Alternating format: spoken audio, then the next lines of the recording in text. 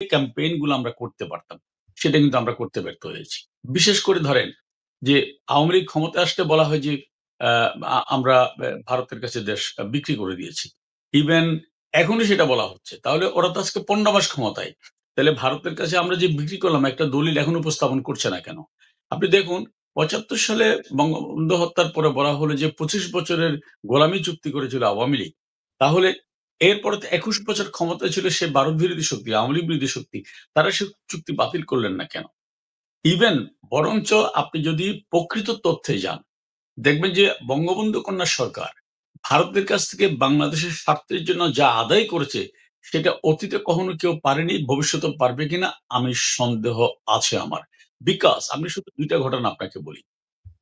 যে দহগ্রাম আঙ্গুর পোতা, যেটা ছিটমহল চুক্তি, এই সমস্যাটা কিন্তু 1947 থেকে শুরু। এই সমস্যা পাকিস্তান আমল গেল, বঙ্গবন্ধুর আমল গেল, এরশাদ, জিয়া সবাই গেল। কেউ কিন্তু ওদিকে ফিরেও তাকায়নি।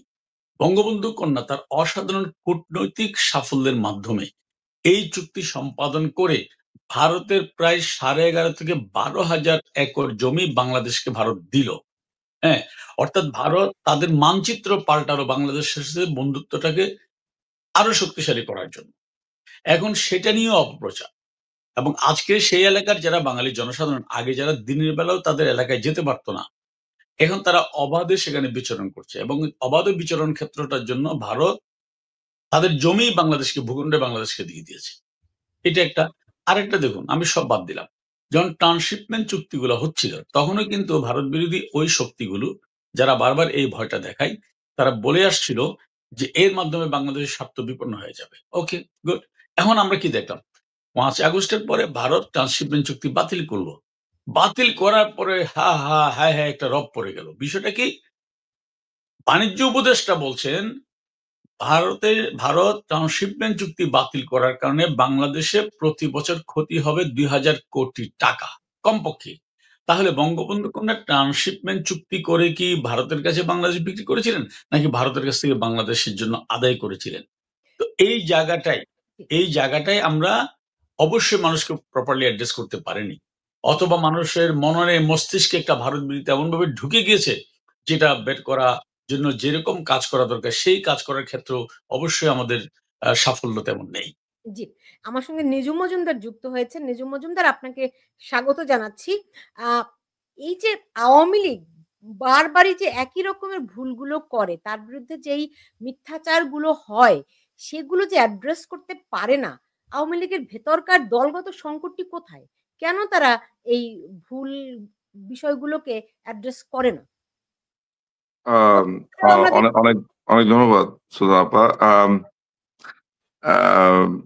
এই কথাটা অন্য কোনো সময় হলে আমি বেশ আ আপনার আপনার বিরোধিতা করতাম যে আপনি এটা ঠিক বলছেন না। এটা আপনার ঠিক না। আমি এখন আমার মনে হয় in some context আম অনেকে এটার গুরুত্বটা বুঝতে চান না। আ কিংবা মনে করেন যে এখন খুব বেশি গুরুত্বপূর্ণ না। আমি একটা উদাহরণ আপনাকে দেই, তাহলে আপনি বুঝবেন।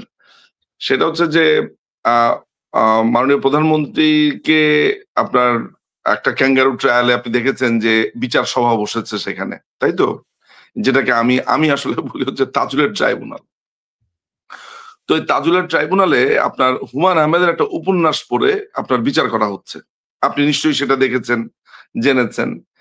তো ইন্টারেস্টিং ব্যাপার হলো যে এই তাজুলের ট্রাইব্যুনালে হুমায়ূন আহমেদের যে উপন্যাসটা পড়া হচ্ছে, সেখানে আ মোজাম্মেল হক নামে এক ব্যক্তির প্রসঙ্গ আনা হয়েছে। আমি ওই আলাপে যাব না। শুধু এতটুকু বলি যে এই মোজাম্মেল হক নামে ব্যক্তির যে ঘটনা সেটা আমি একটি ভিডিওর মাধ্যমে সেটা উন্মোচন করেছি, মানুষকে দেখিয়েছি। আমি ওই মেজর নাসিরউদ্দিন এই ঘটনার সাথে জড়িত যেই ভদ্রলোক ছিলেন, ৩রা নভেম্বরের ১৯৭৫ সালের যেই মোশতাকের পতনের অন্যতম একজন নায়ক। আমি তাকে জিজ্ঞেস করেছিলাম, "আচ্ছা ভাই, আপনি তো এই পুরো ঘটনাটার সাথে জড়িত। মোজাম্মেল নামে কোন লোক এখানে ক্যারেক্টারই ছিল না। ধর্ষণের কোন কাহিনীই ঘটে নাই। ঘটেছে ঠোঁটকাটা আবুল হাসান নামে এক লোকের। তাকে ধরেছেন, বিচার হয়েছে। তো এই যে মোজাম্মেল নামে ভদ্রলোকের এই এত বড় অপবাদ বছরের পর বছর, সেই লোকটা একটা আওয়ামী লীগেরও নেতা, টঙ্গীর। মানে আমাদের মুক্তিযুদ্ধ মন্ত্রী কিন্তু না। অন্য এক মোজাম্মেল হক যিনি শ্রমিক নেতা ওই এলাকার। তো আমাকে নাসির ভাই একটা অদ্ভুত কথা বললেন, বলেন যে জানি না, আমি ওনার মধ্যে কোনো তাড়না লক্ষ্য করতে পাইনি। অর্থাৎ তিনি মনে করেছেন ধুর এগুলা বইলা কি হবে, হ্যাঁ এগুলা কে পড়ে, কয়জন পড়ে, নাম্বার ওয়ান। এইটা ছাড়া আমি আম, আমি আপনাকে কিভাবে সুনির্দিষ্টভাবে উদাহরণ দেই, যেমন ধরেন যখন আমরা আমরা ক্ষমতাতে ছিলাম, সেখানে নানান ধরনের অপকর্ম হয়েছে, অপতথ্য এসেছে। যেমন ডালিমের, বঙ্গবন্ধুর অন্যতম খুনি ডালিম, তারপরে হচ্ছে যে এই ছাড়াও আপনার ফারুক রশিদ, তারা নানান ধরনের সাক্ষাৎকার দিয়েছে। এমনকি অনেক গ্রন্থ পুস্তক নানান রকমের বের হয়েছে, ছোট ছোট ছোট ছোট গল্প কাহিনী এগুলো নিয়ে। আমার কাছে মনে হয়েছে যে ইন সাম কনটেক্সট আমাদের দলের পক্ষ থেকে এই উত্তরগুলো দেওয়াকে মনে করে যে সময়ের অপচয়, ধূত মানুষ তো এগুলো জানেই, এই ধরনের একটা টেন্ডেন্সি আমি অনেকের কাছে লক্ষ্য করেছি।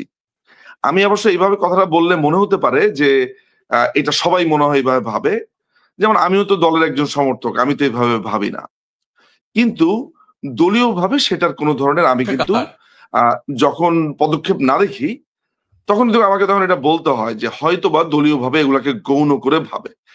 যেমন ধরেন রক্ষী বাহিনীর ব্যাপারে আমাদের এই রক্ষী বাহিনীকে কেন্দ্র করে আমাদের নামে অনেক অপপ্রচার আছে।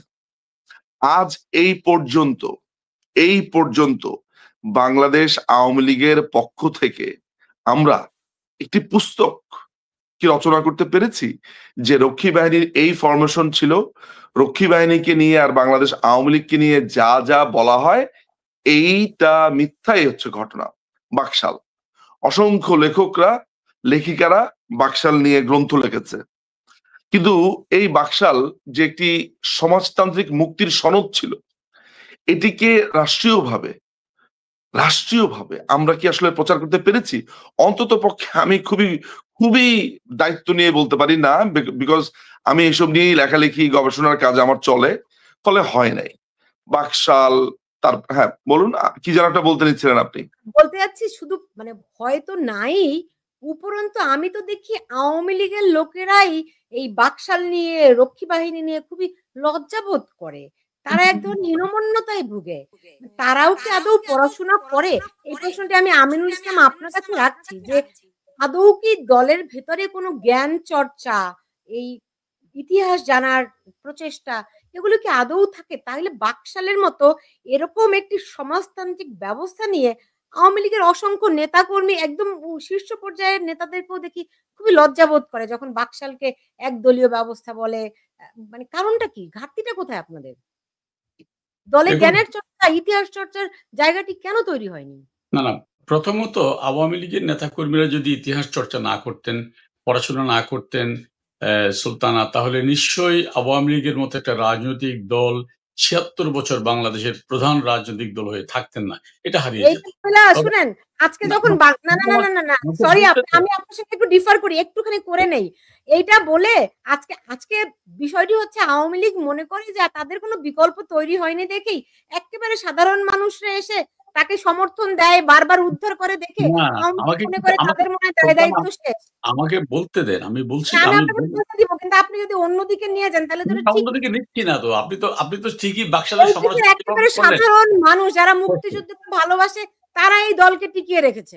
আপনি তো এখানে আওয়ামী লীগের কি অবদান আমি আছে আমারে আমি বলেন? আমি আমি বলি, আপনি তো আমাকে যদি বলতে না দেওয়াটা হচ্ছে কিরকম জানেন? এটা আচ্ছা হচ্ছে কি বলেন। বাকশাল না জেনেই যেমন বাকশালের সমালোচনা আমরা করতেছি, ঠিক আপনিও আমার বক্তব্যের ১ম লাইনটা ধরেই আমাকে নেগেটিভ করে দিলেন। তাহলে তো হইল না। আচ্ছা বলেন। বাংলাদেশের ইতিহাসে আমি হাতে কলমে প্রমাণ করতে পারবো যেকোনো পলিটিশিয়ানকে, উইথ ডিউ রেসপেক্ট, আমি ওপেন চ্যালেঞ্জ দিলাম। বাংলাদেশের মানুষের জন্য বাকশালের চেয়ে অসাধারণ কোনো সিস্টেম আর তৈরি হতে পারে না, হবেও না।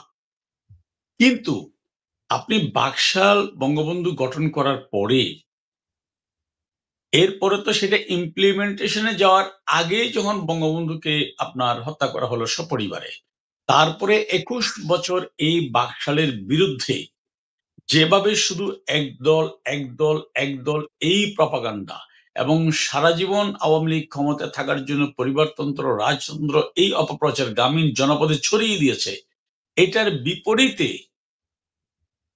ধারাবাহিকভাবে আওয়ামী লীগ অথবা মুক্তিযুদ্ধের পক্ষের শক্তির ভূমিকা কোথায়? আমাকে তো ঠিক আপনি ওই কথাটা বাকশাল নিয়ে তো সমালোচনার সুযোগই নেই। কারণ এই শিশু তো মাত্র ভূমিষ্ঠ হলো।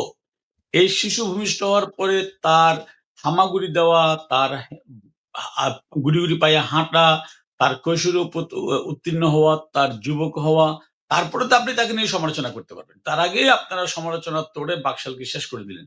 ঠিক আমিও আপনি যে প্রশ্নটা আমাকে করেছেন, সেই প্রশ্নের উত্তর দেওয়ার আগে আপনি ঠিক বাকশালকে যেভাবে মানে তুলাধুনা করছেন আমাকেও বলে দিলেন। কিন্তু আপনি যত কথাই বলেন, না, না সাধারণ আমি মানুষকে বাচ্চাকে আমাকে শেষ তুলোধুলো করতে দেন করিনি। না। আমাকে রাতে আমি বলতে পারব না।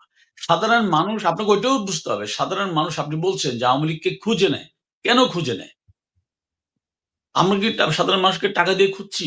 আমরা কি ধরেন অন্যান্য বিশেষ করে আমি জঙ্গি জামাত শিবিরের কথা যদি বলি, তাদের একজন কর্মীকে যেভাবে শুরু থেকে তারা পৃষ্ঠপোষকতা করে, তবু তো সেই সংগঠনের বিস্তার সেরকম নাই। যত কথাই বলি বাস্তবতা এটাই। ৯২ ভাগ মুসলমানের দেশে সেই কবে ১৯৩৭ সালে জামাতের প্রতিষ্ঠা। তো তারা যদি মানুষকে ধারণ করতে পারতেন, বাংলাদেশে তারাই ১ নম্বর দল হওয়ার কথা। তারা কোথায়? আর আওয়ামী লীগ যদি মানুষকে ধারণ করতে না পারত, অবশ্যই আওয়ামী লীগ হারিয়ে যেত। তবে আমি ওই জায়গায় আপনার সাথে একমত। আমার কোনো সন্দেহ নেই সেটা বলার। আওয়ামী লীগের নেতা হলো। এই বিষয়টা যেভাবে আমাদের ক্যাম্পেইন করা দরকার ছিল, যেভাবে কর্মীদের মধ্যে সেটা জাগিয়ে তোলা দরকার ছিল, সে জায়গায় আমরা সফল হতে পারিনি। আবার আরেকটা বিষয় আছে। আমরা যেহেতু বাকশাল সিস্টেমে এখন নাই, সে কারণেও অনেক ক্ষেত্রে আমাদের বাকশাল সম্পর্কে মানুষকে প্রপারলি সজাগ করা বা সচেতন করার জন্য যে কাজটুকু সে কাজটুকু নেওয়া হয়নি। বাট আমি যেকোনো জায়গায় যেকোনো ক্ষেত্রেই আমি বাকশালের শুধু থিওরি না এবং আমি মনে করি আজকে যে মালয়েশিয়া এই জায়গায় আসছে সেটা বাকশাল সিস্টেম। আপনি খবর নিয়ে দেখেন। মালয়েশিয়ার স্বাধীনতার পরে শুধু তাই না, আপনি ২য় বিশ্বযুদ্ধের পরে কি হলো? ২য় বিশ্বযুদ্ধের পরে জাপান ওরা সমস্ত দলগুলো বসে সিদ্ধান্ত নিল যে না আমরা যুদ্ধ করে শেষ হয়ে গেছি। নাও আমাদের কোন দল লাগবে না, নির্বাচন লাগবে না, কিছুই লাগবে না। আমরা সবাই মিলে আমার দেশটাকে গড়ে তুলবো। আজকে সেই জায়গায় জাপান এখানে এসছে। And same Vietnam. তো বঙ্গবন্ধু ওই জায়গাটায় গিয়েছিলেন। কিন্তু তাকে তো অঙ্কুরে শেষ করে দেওয়া হলো। শিশু ভূমিষ্ঠ হওয়ার সাথে, সাথে গলা টিপে হত্যা করা হলো। তারপর বলা হচ্ছে এই আমি শিশুটা আমি দেখুন, আমি আলোচনাটা শুরু করেছিলাম ওই জায়গাটিতে। বাকশাল নিয়ে তো আজকে আমার আলোচনা করার কথা নয়। যে কেন আওয়ামী লীগ দলটি বারবার একই ভুল করে? কেন আমি মিথ্যাচারের তো ফাঁদে তারা বারবার পড়ে? এটি না, তো না ওই আমি তো মিথ্যাচারদের সমস্যা না। এটি তো দলগত সমস্যা। কারণ আমি তো তারা আমার বারবারই একই ভুলে পড়ে। এই প্রশ্নের উত্তর তো আমি দিয়েছি আগে। জি, আপনি দিয়েছেন। আমার মনে হয় না যে এটা নিয়ে আবার এটা আবার চর্বিত রাইট। চর্বণ করার যৌক্তিকতা আছে মনে করি। নিজুম মজুমদার অনেকেই জানতে চাচ্ছেন ১৩ তারিখে কি হবে? কি হবে ১৩ তারিখে? ১৩ তারিখের ব্যাপারটা বলার আগে আমার লাস্ট কোশ্চেনটার উত্তর আপনাকে আমি আসলে তো পুরোপুরি দেইনি। আপনি একটু থামিয়েছেন। আমি নিজে আমার আমার কিন্তু আমার নিজের প্রকাশিত ৫ টি বই আছে এবং এই ৫ টি বই হচ্ছে মূলত বলা যেতে পারে প্রোপাগান্ডার জবাব আসলে। যেমন আমার ১ম ৩ টি বই হয়েছে আন্তর্জাতিক অপরাধ ট্রাইব্যুনালের উপরে। এই আন্তর্জাতিক অপরাধ ট্রাইব্যুনাল যখন এই রাজাকার আলবদরদের বিচার হচ্ছিল, তখন সেই সময়কার যত রকমের প্রোপাগান্ডা আছে সেগুলোর জবাব, আইনি কাঠামোর বর্ণনা, এরপরে আপনার ইন্ডেমনিটি অধ্যাদেশ, ইন্ডেমনিটি অধ্যাদেশ এবং ঐতিহাসিক নানান বিষয়ের। আমার অভিজ্ঞতাটা হচ্ছে এমন, সেটা হচ্ছে যে আমি আসলে আম খুব কাঠগড়াতে না, আমি যেহেতু নিজেই বাংলাদেশ আওয়ামী লীগের একজন সমর্থক, ফলে আমার নিজেরও একটা দায়িত্ববোধের জায়গা আমি অনুভব করি এবং এরকম দায়িত্ববোধের জায়গা থেকে যেটা হয়েছে সেটা হলো যে অসংখ্য মুক্তিযুদ্ধের পক্ষের যারা শক্তি আছে, সমর্থক আছে, তারা এই প্রশ্নগুলোর উত্তর দিয়েছে, লিখেছে, লেখার চেষ্টা করেছে। আমার শুধু একটা জায়গাতেই একটু এই গবেষণা করতে গিয়ে যখন বইপত্র খুঁজেছি, তখন আমার কাছে মনে হয়েছে যে একটা কাঠামো স্ট্রাকচারের জায়গা থেকে বাংলাদেশ আওয়ামী লীগ এজ এ সংগঠন হিসেবে, হ্যাঁ, এই প্রশ্নগুলোর অ্যান্সার করাটা জরুরি ছিল বলে আমার কাছে মনে হয়। মানে কাঠামোগত জায়গা থেকে যে দলের একটা অ্যান্সার আছে। দলের একটা অ্যান্সার কিন্তু কখনো আমি পাইনি। হয়তোবা সেটা না পাওয়ার একটা কারণ আছে, যেহেতু অসংখ্য কবি, সাহিত্যিক, বুদ্ধিজীবী, লেখকরা লিখেছে, সেটা একটা কারণ হতে পারে। এটা একটা ব্যাপার। ফলে এই কারণে হ্যাঁ, প্রোপাগান্ডার ব্যাপারে আমাদের অনীহা। যেমন বঙ্গবন্ধু পুত্রের ব্যাপারে যে এই ধরনের নোংরামো প্রচলিত আছে। আপনি জানেন যে এই যে ডালিমের ওয়াইফের কেন্দ্রিক, তারপরে যে ব্যাংক কেন্দ্রিক নানান ধরনের, এগুলো দেখেন ইতিহাসের এই পর্যায়ে এসে যে খুনি সেই আপনার বলে দিচ্ছে যে না, এই শেখ কামাল ওই ঘটনাতে জড়িত ছিলেন না, ওটা তিনি করেননি। ঐতিহাসিকভাবে এগুলো মুছে যাচ্ছে, দ্যাটস অলসো ট্রু।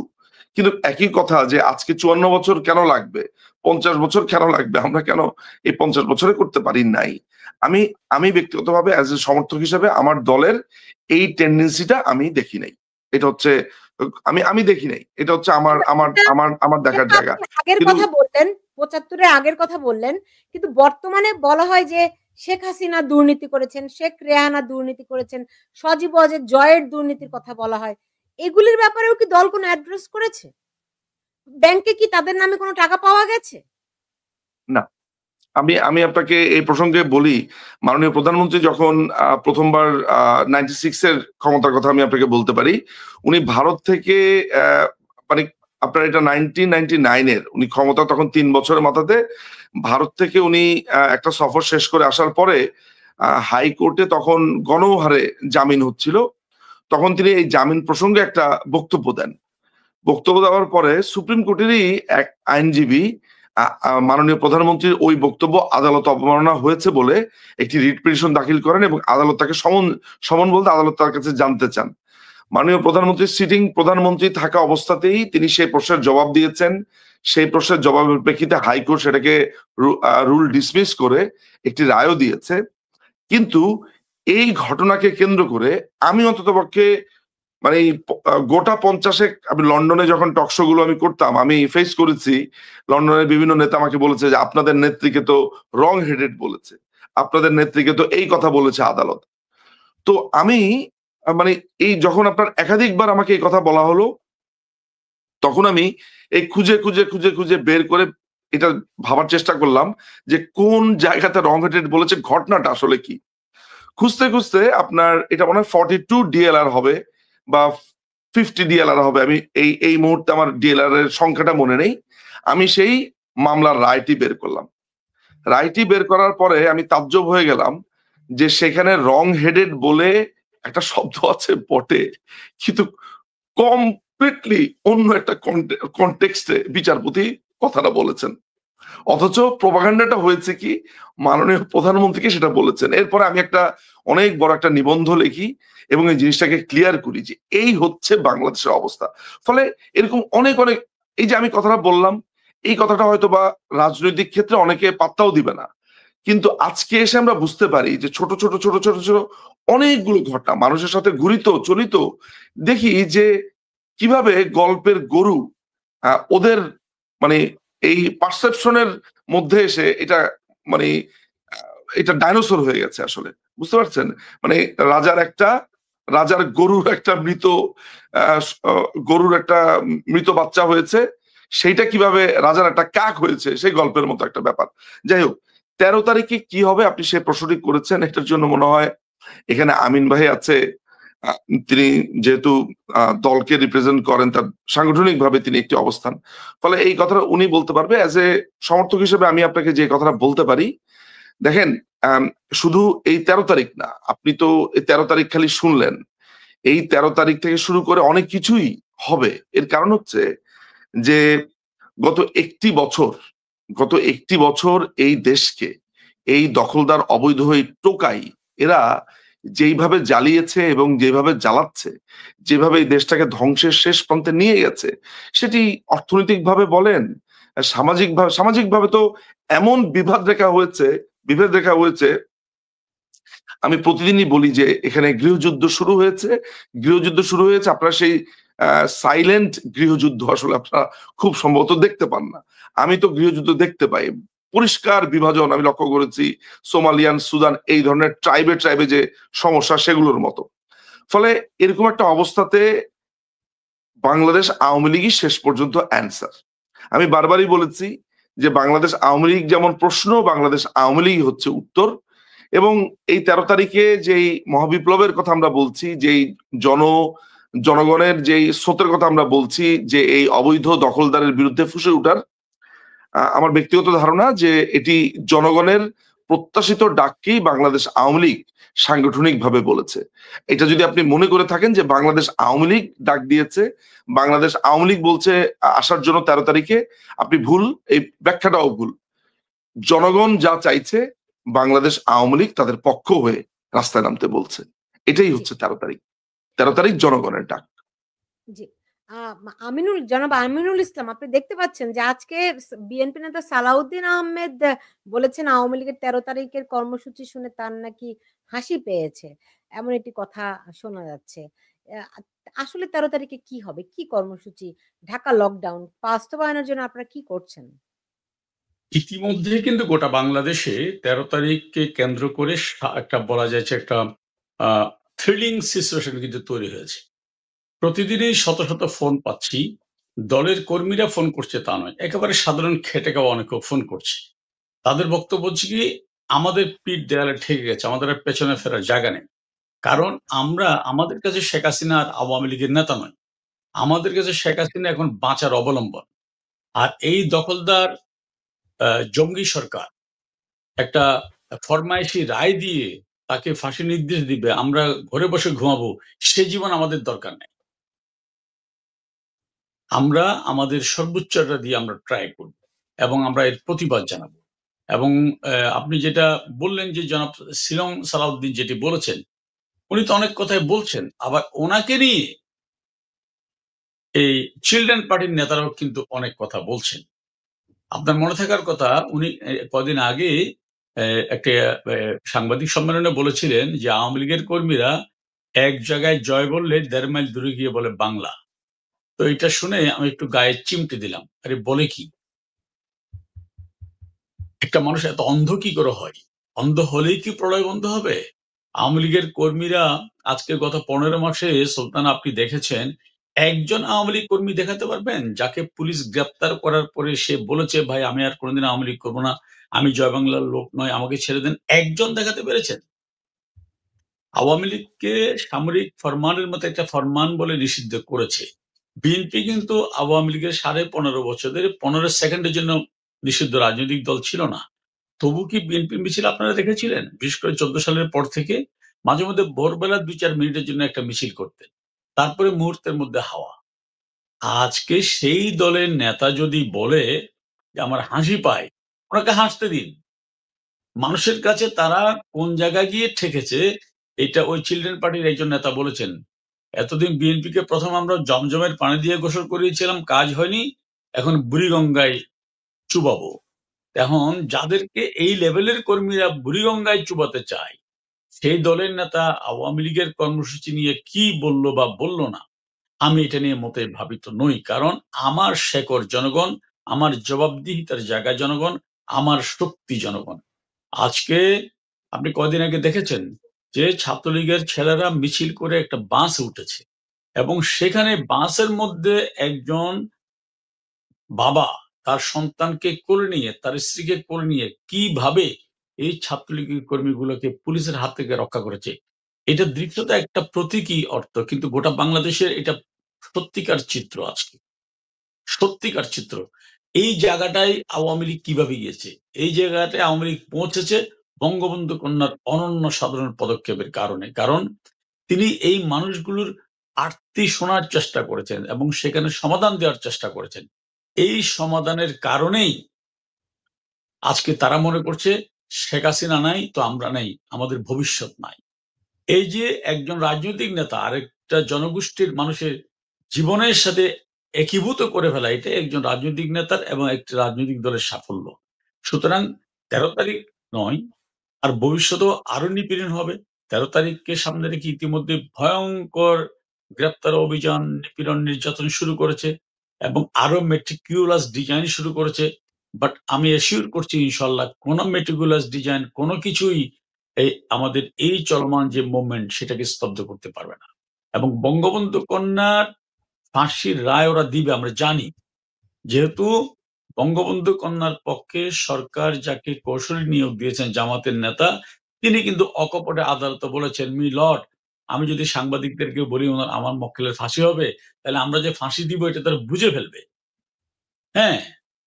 সেই জায়গায় তাদেরকে শুধু এটুকু স্মরণ করিয়ে দেই আগরতলার ষড়যন্ত্র মামলায় কিন্তু বঙ্গবন্ধুকে ফাঁসি দেওয়া হয়েছিল, তার জন্য কবর করা হয়েছিল। কিন্তু সবকিছুই নিশ্চিহ্ন করে বঙ্গবন্ধু রাজকীয় প্রত্যাবর্তন হয়েছিলেন। তিনি মুকুটবিহীন সম্রাট হয়ে বাংলার মানুষের মাঝে ফেরত এসেছিলেন এবং সেই পথেই হাঁটছে তার কন্যা, এবং সেটি শুধু মানুষের ভালোবাসার কারণে, আর কোনো কারণে। আপনি যদি জি, আমাকে অনুমতি দেন, আমি দুর্নীতি নিয়ে ২ টা কথা বলতে চাই। ২ মিনিট, বেশি জি সময় নিব বলেন। না। জি, যে নিজম মজুমদার চমৎকার করে বলছিলেন যে দুর্নীতির অভিযোগের তো শেষ নাই। মানে ইউনূস বলছে যে ১৫.৫ বছরের দুর্নীতি ছাড়া কিচ্ছু হয়নি। ও আপনি সবকিছুই বাদ দেন, সব ডকুমেন্টস বাদ দেন। আমি শুধু একটা মোটা দাগে কথা বলি। বিএনপির ভারপ্রাপ্ত চেয়ারপারসন তারেক রহমানের বিরুদ্ধে দুর্নীতির সুনির্দিষ্ট তথ্য নিয়ে এফবিআই এসে সাক্ষ্য দিয়েছিল। তার ছোট ভাই জনাব আরাফাত রহমান কুকু, যিনি প্রয়াত, তার জন্য আল্লাহর কাছে আমি জান্নাতের প্রার্থনা করছি। তার পাচার করা টাকা বাংলাদেশে ফেরত এসেছিল। বঙ্গবন্ধু পরিবারকে দুর্নীতিগ্রস্ত প্রমাণ করার এই নোংরা খেলা নতুন করে শুরু হয়েছে পদ্মা সেতু সময় থেকেই। কিন্তু কানাডার আদালত, বাংলাদেশের আদালত নয়, কানাডার আদালত বলেছে এখানে দুর্নীতির কোনো চিহ্ন পাওয়া যায়নি এবং আজ অবধি কোনো কিছু প্রমাণ করতে পারেনি। অথচ বঙ্গবন্ধু কন্যার আরেকটি অংশ, ব্রিটেনের মন্ত্রী টিউলিপ সিদ্দিকী, তার বিরুদ্ধে দুর্নীতির অভিযোগ আসলো। তিনি একেবারে খুব দৃঢ় চিত্ত নিয়ে তিনি সেখান থেকে রিজাইন করলেন, যাতে মানে সর্বোচ্চ নিরপেক্ষ জায়গা থেকে দুর্নীতির বিরুদ্ধে তদন্ত হতে পারে। সেটা হলো। হওয়ার পরে ব্রিটেনের সেই তদন্ত সংস্থা রিপোর্ট দিয়েছে টিউলিপ সিদ্দিকীর বিরুদ্ধে দুর্নীতি দূরের কথা, দুর্নীতির লেশ মাত্র আমরা পাইনি। এটি হচ্ছে বঙ্গবন্ধু পরিবারের চরিত্র এবং আরেকটি পরিবারের চরিত্র। সুতরাং ওরা যেমন আপনার এটি বঙ্গবন্ধুর বিরুদ্ধে কিন্তু হয়েছিল। ৭৫ সালেও কিন্তু বঙ্গবন্ধু সারা পৃথিবীতে কোথায়, কোথায় অ্যাকাউন্ট আছে সেগুলো চেক করা হয়েছিল। বঙ্গবন্ধুর বাংলাদেশের অ্যাকাউন্টে, আত্মীয়স্বজনের অ্যাকাউন্টে কি আছে চেক করা হয়েছিল। কিন্তু কিচ্ছু পায়নি। কিন্তু এখানেও সেটিই হবে। মুখে শুধু গল্প সাজাতে পারবেন, কোন প্রমাণ দিতে পারবেন না। জি। নিজুম মজুমদার, আ আ বাংলাদেশের রাজনীতিতে কি এখন নতুন মেরুকরণ দেখতে পাচ্ছেন কিনা? আমি দেখি যে জামায়াতের সঙ্গে এনসিপির একটা কৌশলগত অবস্থান হচ্ছে। অন্যদিকে বিএনপি কিছু জোটবদ্ধ হওয়ার চেষ্টা করছে। তারা কি সব এই আওয়ামী লীগের আগমন ঠেকানোর জন্য এগুলো করছে নাকি অন্য ভিন্ন কিছু আছে? আপনার শেষের প্রশ্নটার যেটার কথা সেটার উত্তর খুব সহজ। আমরা দীর্ঘ সময় ধরে বলেছি এটিকে এক ধরনের অনেকে বলেছে যে এটি আপনাদেরকে নিজেদেরকে ওভার এস্টিমেট করা। সেটা হচ্ছে আমরা বলেছি যে বাংলাদেশের রাজনীতি আসলে তেমন কোনো পক্ষ নাই। পক্ষ ২ টা। একটা হচ্ছে বাংলাদেশ আওয়ামী লীগ, একটা হচ্ছে এনটি আওয়ামী লীগ। এই কথাটি আমরা যেমন বলেছি, একই সাথে আমরা এটাও বলেছি যে মুক্তিযুদ্ধের ধারক, মুক্তিযুদ্ধের বাহক, মুক্তিযুদ্ধের রক্ষাকারী এবং বঙ্গবন্ধু জাতীয় চান্নাতে অর্থাৎ বাংলাদেশকে রক্ষাকারী এই পুরো শক্তিটাই হচ্ছে বাংলাদেশ আওয়ামী লীগ। আমাদেরকে এই দুটি কথাকে কেন্দ্র করে বারবার বলা হয়েছে যে এগুলোও এক ধরনের ফেসিস্ট চিন্তা। গণতন্ত্রের বিকাশ যাতে না হয়, উত্তরণ যাতে না হয়, তাই বারবার আপনারা আপনাদের বিপক্ষের প্রতিপক্ষকে আপনারা বলেছেন এন্টি আওয়ামী লীগ ফোর্স। আপনারা নিজেদেরকে একটা অনন্য জায়গাতে সবসময় রেখেছেন, কল্পনা করেছেন। নাম্বার 1।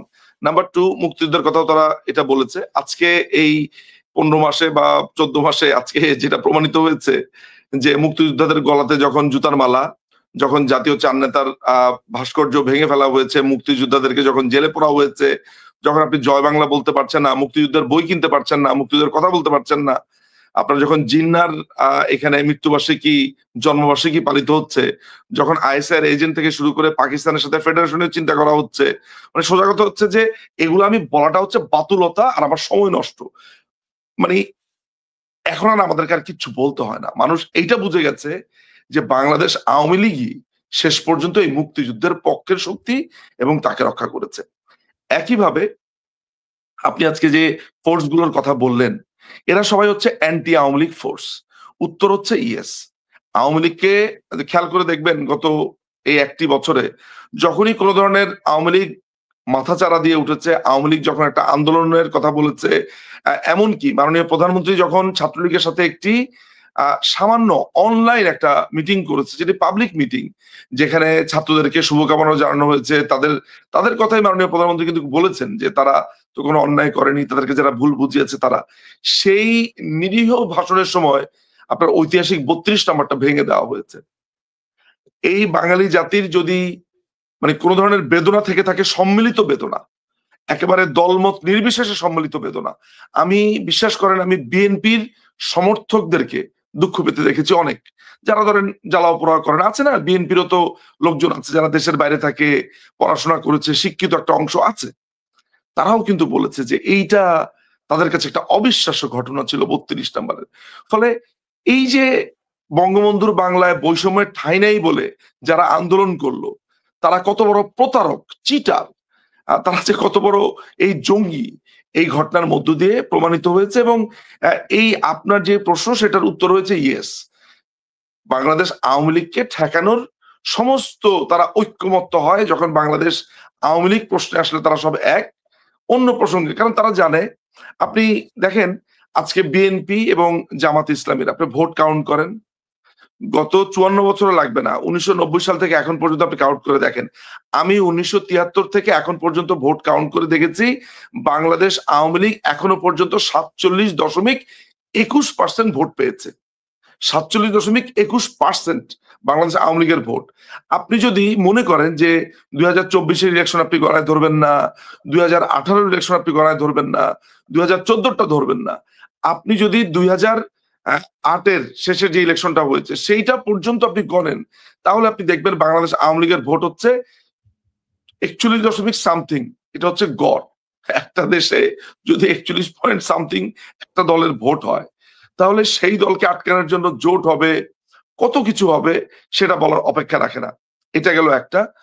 2 নাম্বার যেটা হয়েছে সেটা হচ্ছে যে আমি আপনার প্রোগ্রামেই বলেছি কিনা জানি না, আরেকটা প্রোগ্রামে বলেছি কিংবা আমি নিজে ব্যক্তিগত ভিডিও বানিয়ে বলেছি যে আজকে থেকে প্রায় 2.5-3 মাস আগে আমেরিকান হাই কমিশনেরই একটি উদ্ধৃতি দিয়ে বলেছি যে আমেরিকান হাই কমিশনের যে একজন, আমি তার নাম বলি না, ওখানে যে কর্তা ব্যক্তিরা আছে, তারা মোটামুটি একটা প্ল্যান করে বসেছে। প্ল্যান হয়েছে যে এনসিপি আর জামাতে ইসলামের সমন্বয়ে তারা সরকার গঠন করবে। এই সিদ্ধান্ত তো সুলতানা আপা আমি নিচ্ছি না, আপনি নিচ্ছেন না, জনগণ নিচ্ছে না, এই সিদ্ধান্ত নিচ্ছে আমেরিকা। আমি এখন যে দেশে বসে আছি আসলে সেই দেশের কর্তা ব্যক্তিরা সিদ্ধান্ত নিচ্ছে যে বাংলাদেশে আপনার সরকার প্রধান কে হবে।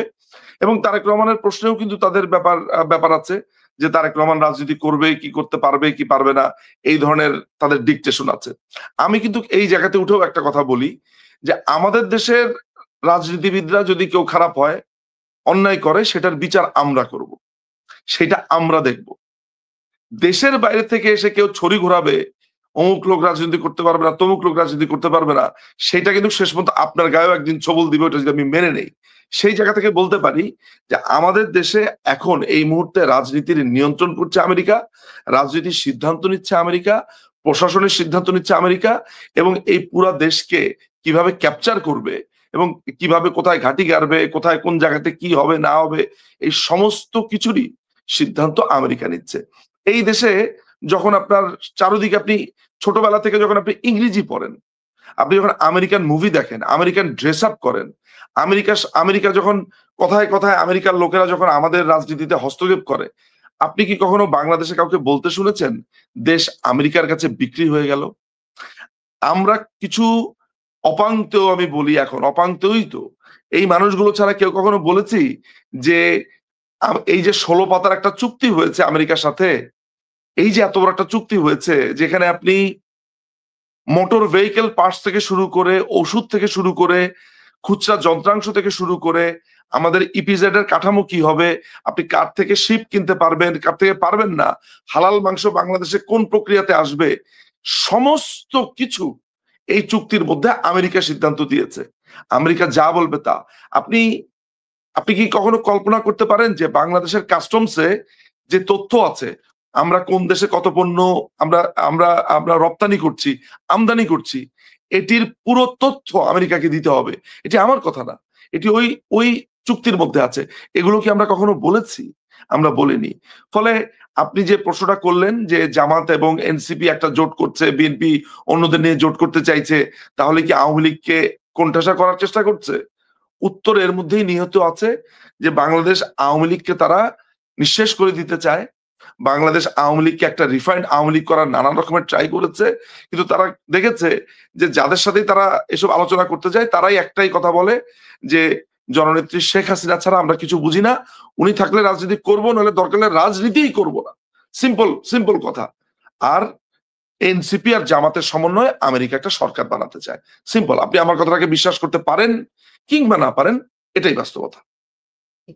এখন ধরেন আমরা তো দেখি বাংলাদেশে এখন প্রতিক্রিয়াশীল চক্রই ডমিনেট করছে। তাদেরই আধিপত্য সব জায়গায়। তো আমিনুল ইসলাম সেখানে তাহলে বিএনপিকে কি এই প্রতিক্রিয়াশীল চক্রের আ গডফাদার বলা যেতে পারে? কারণ তাদেরকে তারাই দেখছি। ধরেন এই যে ৭ই নভেম্বরের অনুষ্ঠানে দেখলাম যে শেখ হাসিনার প্রতিকৃতি নিয়ে তারা মিছিল করেছে। আওয়ামী লীগ যাতে কোনোভাবে মিছিল সমাবেশ করতে না পারে তারা বিভিন্ন রকম হুমকি-ধামকি দিচ্ছে। তো সবার উপরে এই প্রতিক্রিয়াশীল চক্রের উপর সবার উপরে কি বিএনপিকে আপনারা দেখতে পান?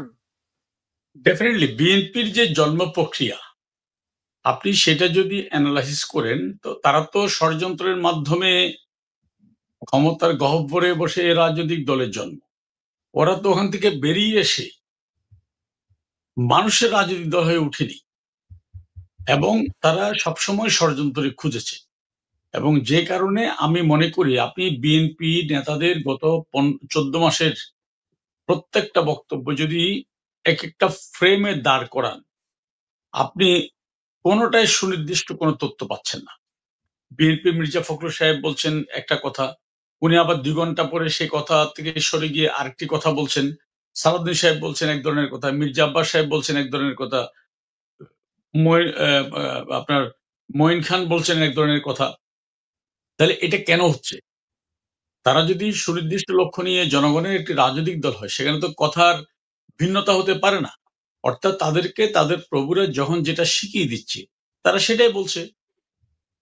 সকালে এক কথা, বিকালে এক। আমি তো মনে করি যে বিএনপি যদি এই কনস্পিরেটরদেরকে শেল্টার না দেয় এবং যদিওবা তারা সেখান থেকে আ মানে না দেওয়ার জায়গায় কখনো স্থির থাকতে পারবে না। কারণ বাংলাদেশে আপনি ৭৫ এর পরে জিয়াউর রহমান বন্দুকের নলের মুখে ক্ষমতা দখল করার পরে তার ক্ষমতাকে মানে চিরস্থায়ী করার জন্য তিনি যেভাবে আর্মি অফিসারদেরকে হত্যা করেছেন, বিমান বাহিনী অফিসারদেরকে হত্যা করেছেন এবং রাজনৈতিক দলগুলোর উপর পীড়ন করেছেন এবং তাদেরকে লোভ লালসা দেখিয়ে I make politics difficult for the politician বলে রাজনীতিকে একটা কেনা-বেচার পণ্যে পরিণত করেছেন। হ্যাঁ? এবং সেই জায়গায় এখনো বিএনপি অব্যাহত আছে। বিএনপি এখনো সেই জায়গাটা খুব আন্তরিকতার সাথে, দায়িত্বের সাথে সেই জায়গাটা পালন করে যাচ্ছে।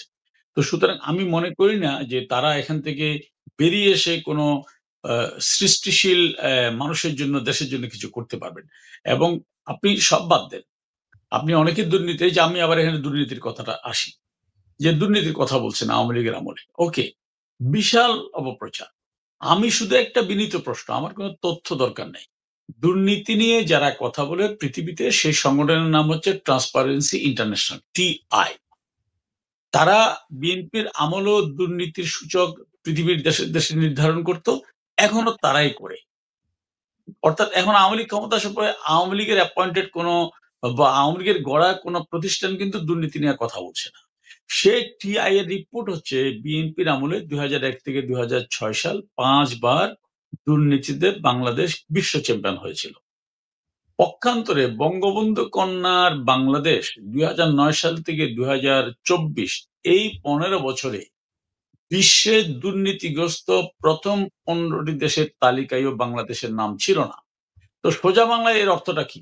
বঙ্গবন্ধুর কন্যার আমলে বাংলাদেশে দুর্নীতি কমেছিল, বাড়েনি। হ্যাঁ? তো সুতরাং এই জায়গায় এখন বিএনপি কি এখনো সেই দুর্নীতি নিয়ে কোনো কথা বলছে? জাতির কাছে ক্ষমা চাইছে? অথবা তাদের কোনো reconciliation এর কথা বলা হচ্ছে আছে? নাই। কারণ ওদের যে পলিসি সেটা হচ্ছে কি যেকোনোভাবে একটা হচপচ অবস্থা তৈরি করে সেখানে দরকার হলে আজিজ রাজাকারকে প্রধানমন্ত্রী বানাবে, মশিউর রহমান যাদু মিয়াকে মন্ত্রী বানাবে, রাজাকার আব্দুল আলীমকে মন্ত্রী বানাবে।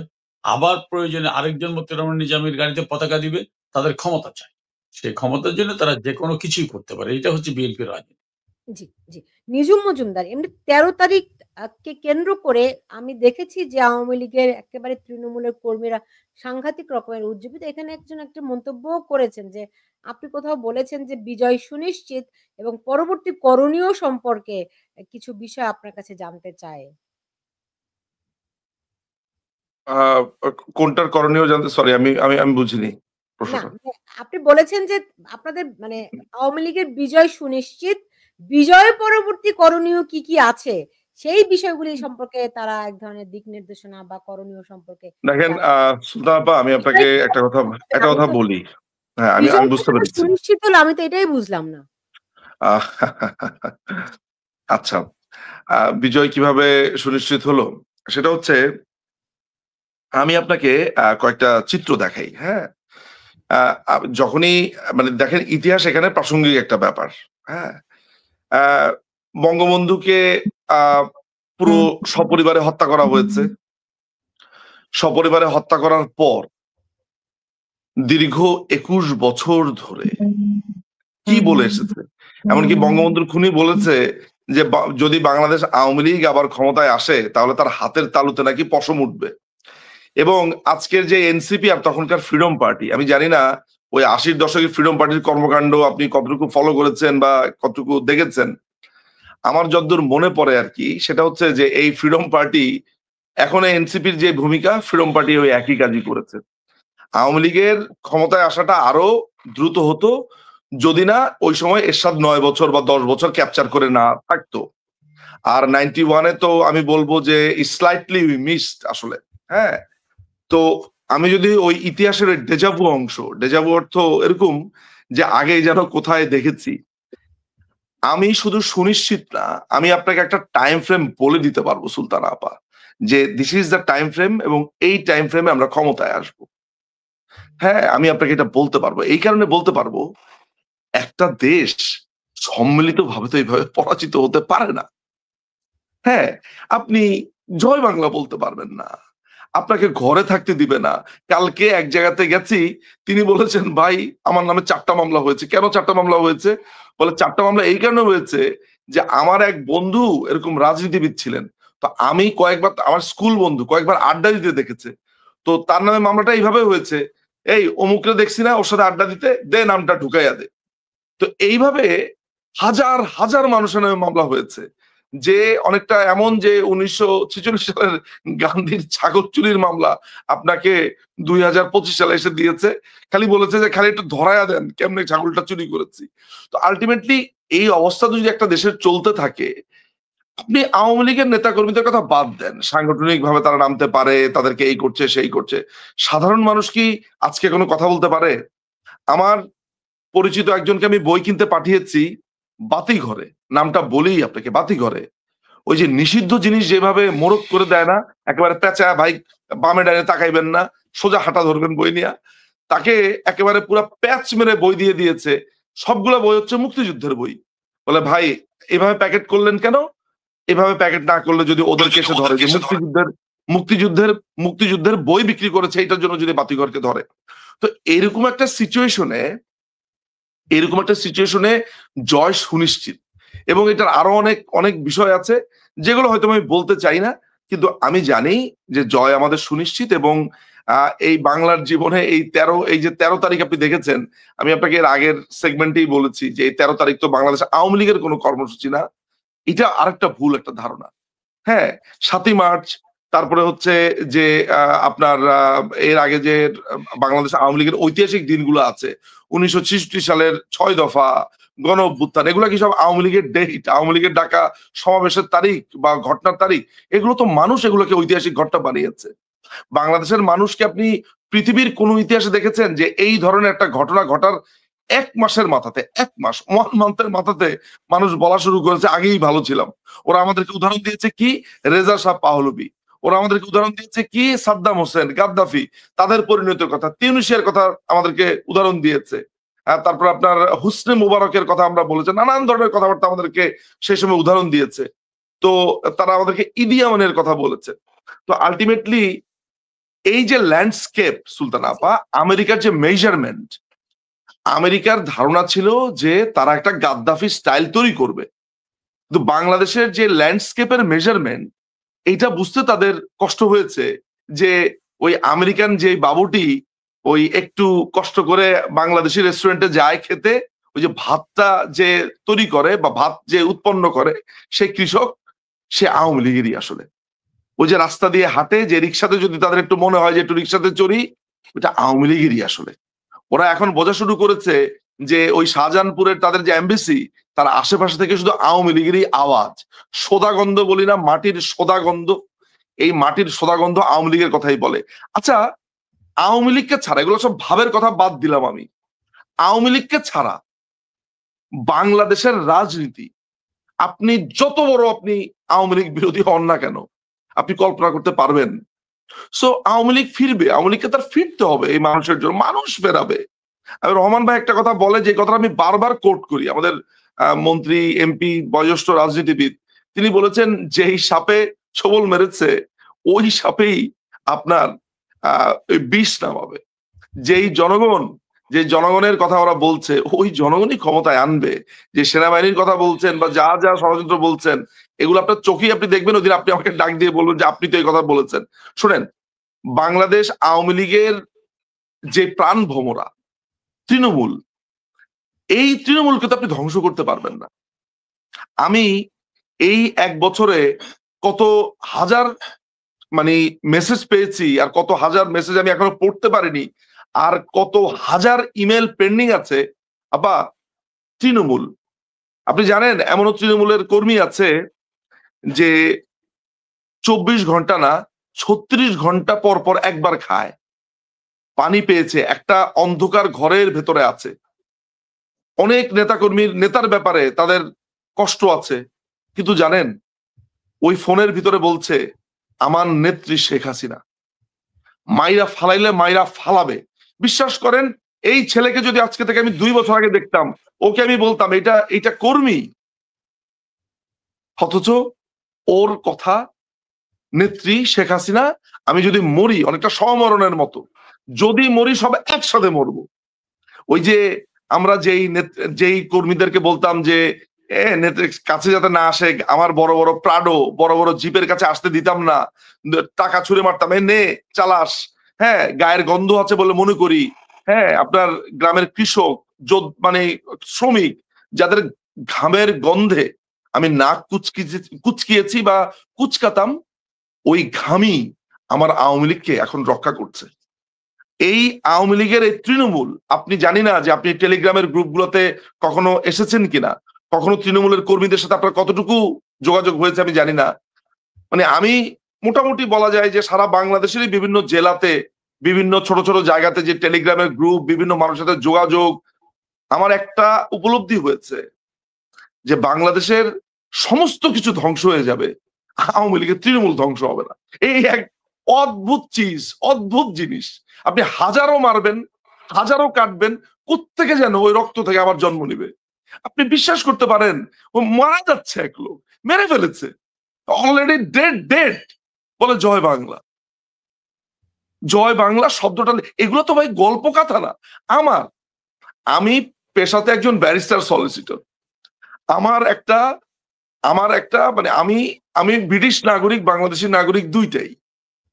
আমার একটা অদ্ভুত সচ্ছল জীবন আছে, যে আমার কোনো টাকা পয়সা ক্যাচাল নাই, কিচ্ছু নাই, সুন্দর মতো আমি জীবন যাপন করতে পারি। আপা, আমি এক পায়ে দাঁড়ানো, যদি আজকে ট্রেনিং নিতে বলে, আজকে যদি ট্রেনিং হয়, আজকে যদি মুক্তিযুদ্ধের মতো দেশে ঢুকতে হয়, আপা আপনি বিশ্বাস করেন আমি এরকম হাসছি যে আমি হাসতে হাসতে আগরতলা আসাম দিয়ে ঢুকবো বাংলাদেশে। আমি তো জানি মৃত্যু সুনিশ্চিত, আমার স্ত্রীকে বলেছি। তাহলে আপনি আমাকে বলেন যে আমার কি পাওয়ার আছে? আমার একটাই আছে, আমার কোনো মৃত্যু যন্ত্রণাও নাই, আমার কোনো এগুলার ইচ্ছাও নাই। আমার জীবনের একটাই লক্ষ্য, নেত্রীকে সসম্মানে দেশে আনতে হবে, আর বঙ্গবন্ধুকে যে অপমান করেছে এটার প্রতিশোধ দিতে হবে। বিশ্বাস করেন, আমি এই 2 আগুনে জ্বলছি। আমার ভেতরে যদি আগুন থাকে তাহলে এই 2টা আগুন জ্বলছে, এর বাইরে আমার আর কিচ্ছু নাই, নাথিং। আমি আপনার প্রোগ্রামে অ্যাটেন্ড করেছি জানেন, আমি 1 ঘন্টাও ঘুমাই নেই, নট এ সিঙ্গেল আওয়ার আমি ঘুমাই নেই। আপনার প্রোগ্রামে এসছি শুধুমাত্র দলের কথা বলবো বলে। এই আত্মত্যাগ, এই আমাদের প্রত্যেকটা মানুষের এই দল ক্ষমতায় না এসে পারে। গতকাল আমার অনুষ্ঠানে একটি ছেলে জয়েন করেছিল। আরেকটা গ্রুপে আমাকে আরেকটা, সুতরাং আমার ১০ টায় আরেকটা নৌকায় শোতে যাওয়ার কথা। ঘুমাচ্ছে, খাওয়া দাওয়া নাই, কিচ্ছু নাই। শুধু কখন ডাক আসবে যাবে, নৌকায় জীবনযাপন করছে। না, সুতরাং আমাকে আরেকটা গ্রুপে যেতে হবে। আমার 11টায় যাওয়ার কথা, অলরেডি 11:20 হয়ে গেছে। আচ্ছা, আমি ছেড়ে দিচ্ছি। আরেকটি আন্তর্জাতিক অঙ্গন থেকে আপনারা কি কোন রকম প্রতিক্রিয়া পাচ্ছেন? কি ধরনের প্রভাব দেখতে পাচ্ছেন?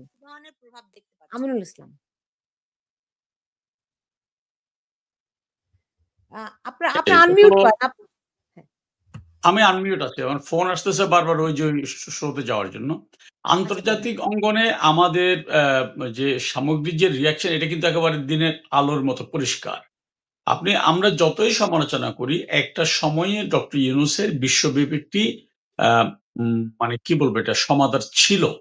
কিন্তু আজকে আপনি দেখুন, তিনি একমাত্র জাপান ছাড়া গত 14 মাসে 14টি দেশ তিনি সফর করেছেন। সেখানে তাকে বিদেশিরা কিভাবে গ্রহণ করেছে এবং তার সর্বশেষ যে ট্যুর ইতালি, সেখানে আমরা খুব লজ্জার সাথে লক্ষ্য করলাম যে তিনি উপযাচক হয়ে রোমের মেয়রের সাথে তার অফিসে গিয়ে একটা সাক্ষাৎ করেছেন এবং সেটা ফলাও করে তার ডাস্টবিন শফিক প্রচার করেছেন। এবং আরো লজ্জায় আমাদের মাথাটা নিচু হয়ে গেল একজন বাঙালি হিসাবে, যে সেখানে রোমের মেয়র তাকে সম্মান করে একটা সিঙ্গেল সোফা তাকে দিল না, তার কমন একটা সোফায় বসতে দিল। এই মানুষটা কি ডক্টর ইউনূস? এই মানুষটা কি দেশের সরকার প্রধান?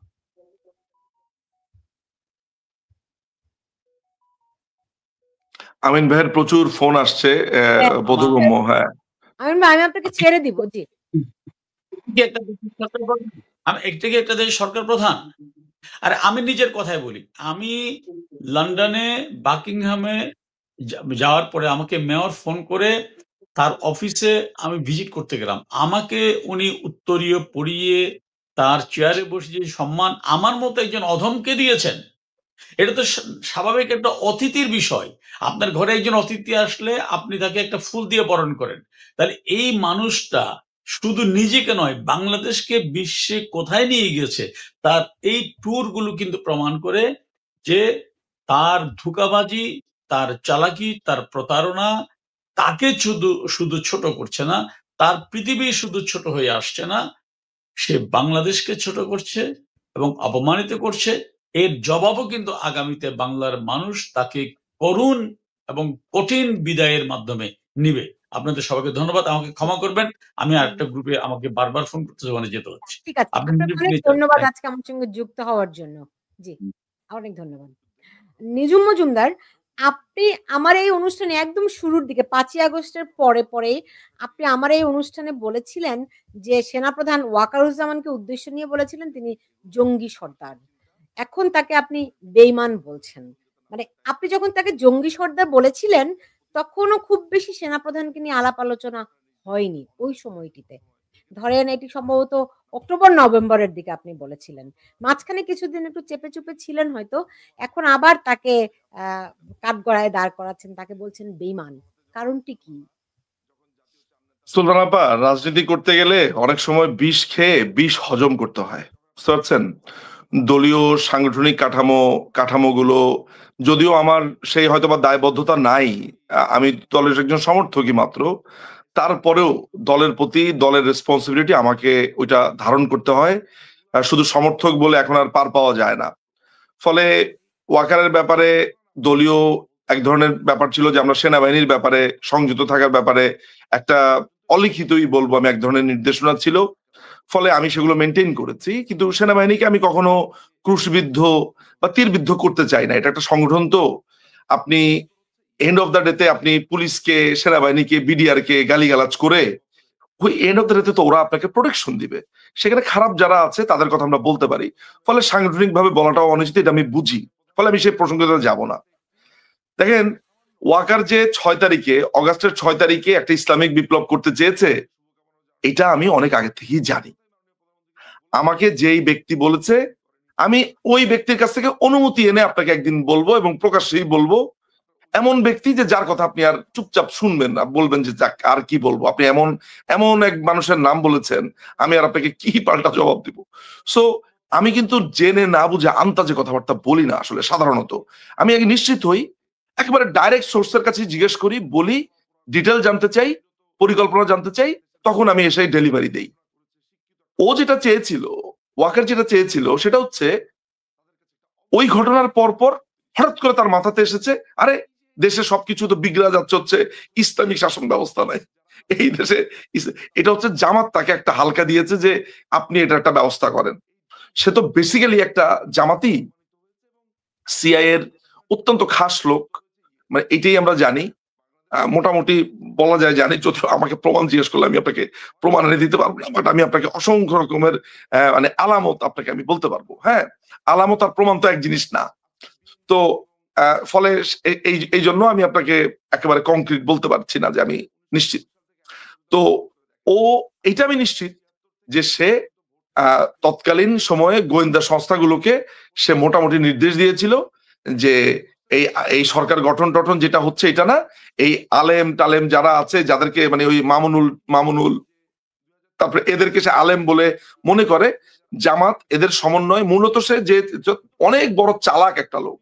দেখেন, সে নাকি রাজনীতির বোঝে না, সে নাকি অত্যন্ত মানে পান্তা ভাত খায়, সে নাকি এখান থেকে মানে ভাজা মাছটা উল্টে খেতে জানে না, এত চালাকের চালাক। সে কিন্তু বুঝতে পেরেছে যে তিনটা পার্টিকে এক করতে হবে, কাকে? চরমোনাই, হেফাজত এবং হচ্ছে জামাত ইসলামী। খুঁজে খুঁজে বের করেছে, আর কাউকে কিন্তু সে বের করেনি। এই তিনজনের তিনটা নেতার সাথে সে কথাবার্তা বলে মোটামুটি, কিন্তু সেই জায়গাতে আমার মনে হয় চরমোনাই, আমার ধারণা সেখানে এক ধরনের পিচ টান দিয়েছে। তারপরে কারণ তাদের আবার নানান ধরনের প্রশ্ন ছিল, জামাত প্রশ্ন ছিল, নানান ধরনের তাদের কিছু অ্যালার্জি আছে। তো এইটার আবার দায়িত্ব দিয়েছিল কাকে জানেন? পাকিস্তানের যে অ্যাম্বাসেডর আছে, ওকে দায়িত্ব দিয়েছিল সমন্বয়ের। পুরো পাকিস্তানি টিমটা এটার উপরে কাজ করেছে, মানে তার নির্বাচনের টিমের মতো কাজ করেছে পাকিস্তানি টিম। এগুলো ভবিষ্যতে আমি যার রেফারেন্সে বা যাদের কাছ থেকে জেনে বলছি, তারাই ভবিষ্যতে টিভির সামনে এসে আপনাকেই বলবে। আপাতত আজকে আমার কথা শুনে থাকেন। ওই যে আপনি আজকে রেফার করেছেন নিজুম ভাই, আপনি জঙ্গি সর্দার বলেছেন, আমি ওকে জঙ্গি সর্দার কিন্তু আমার খুশিতে, খেলায়, গড়তে আমি বলি নাই। আমি কিন্তু আপনাকে জেনেই বলেছি। এই ঘটনাটা অনেক দিন ধরে পেটের মধ্যে গুড়গুড় করছিল আমার। আজকে আমি আপনাকে এই কথাটা, বা সেদিন আমি আমার ভিডিওতে বলেছি। ফলে এই ওয়াকার হচ্ছে একটা আস্ত জঙ্গি সর্দার। একে নানান রকমের ভাবে সুযোগ দেওয়া হয়েছে না, এ পুরো দেশটাকে ধ্বংসের একটা প্রান্তে নিয়ে গেছে। এ দেশটাকে কোথায় নেবে আমি জানি না।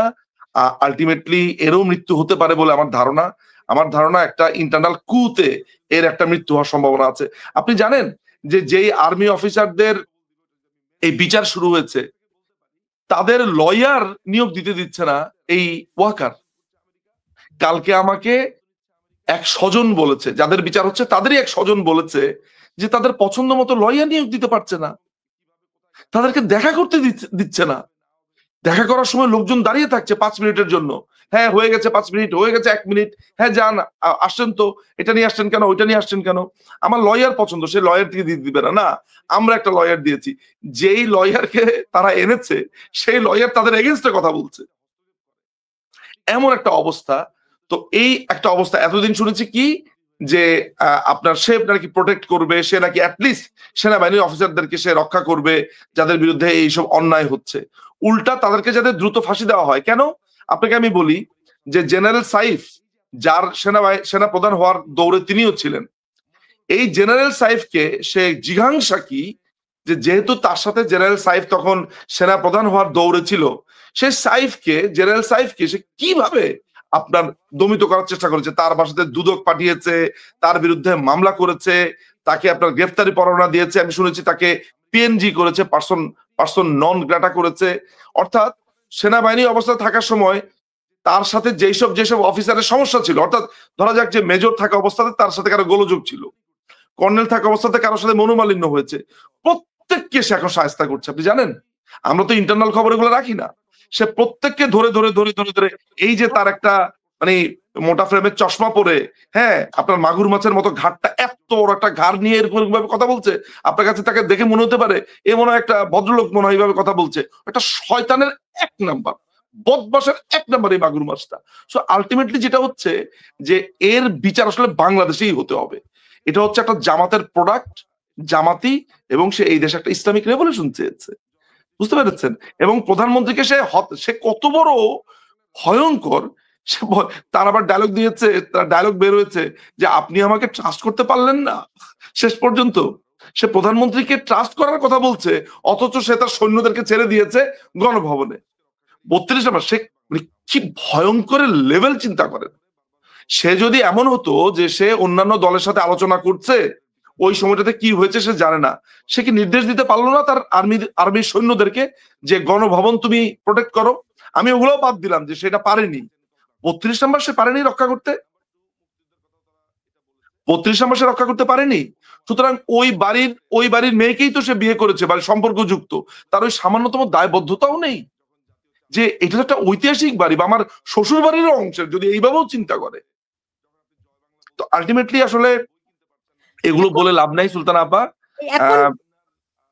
এখন ধরেন আগামী 13 তারিখ যেই লকডাউন কর্মসূচি রয়েছে, এই লকডাউনকে কেন্দ্র করে যদি আমি দেখছি যে আওয়ামী লীগের নেতাকর্মীরা খুবই চাঙ্গা, তারা এই লকডাউন সফল করবে, কিন্তু সেনাবাহিনী যদি প্রতিরোধ গড়ে তোলে তখন তাদের অবস্থাটা কি হবে সেটি আপনারা ভেবেছেন কিনা? মরবো, মৃত্যু আসলে মরবো, জেল আসলে জেলে যাব, এই দেশকে রক্ষা করতে হবে। Simple, simple as that. এখানে ওই আমি আছি তুমি আছি এই টাইপের কোনো ব্যাপার নাই। যারা স্পটে তারা যাচ্ছে, যে যার জায়গা থেকে কাজ করছে, মৃত্যু আসলে মরবো, লড়াই করব, সিম্পল। আমি আমার দেশকে রক্ষা করতে চাইলে, আমার দেশকে উদ্ধার করতে চাইলে আমাকে আমি তো এই সংকল্পের মধ্যেই আছি, আমি তো ওই পাইপলাইনেই আছি, আমি তো মৃত্যু চিন্তা করছি না, আমি যাব, যদি দরকার হয়, যদি প্রয়োজন হয় যাব। আর এখন যা করছি, যেভাবে আমরা যে জায়গাতে করছি, আমরা তো মৃত্যু চিন্তা নিয়েই করছি, কত রিস্কে কাজ করছি। সুতরাং ওইটা নিয়ে ওই ধর পাকড়াও হবে, গ্রেফতার হবে, এগুলো আমাদের তৃণমূল চিন্তা করে না। আপনারা চিন্তা করছেন, আপনাকে অ্যাপ্রিসিয়েট করি, ধন্যবাদও জানাই। আমাদের তৃণমূল এগুলো চিন্তা করে না, আমাদের তৃণমূল এই দেশকে রক্ষা করতে চায়। আপা আজকে একটু পরে আমার ফ্লাইট, আসলে আমি আর বেশিক্ষণ থাকতে পারছি না। আপনাকে শেষ প্রশ্ন করছি, আপনি জানেন বাংলাদেশে এরই মধ্যে কাকরাইলে একটি গির্জায় হামলা হয়েছে, জঙ্গি তৎপরতা খুব স্পষ্ট হয়ে উঠছে দেখা যাচ্ছে। তো জামায়াতের সেই জামায়াত বিএনপির আমলে যেই ভীতিকর একটা জঙ্গি তৎপরতা ছিল, ওটা কি ফিরে আসতেছে আবার?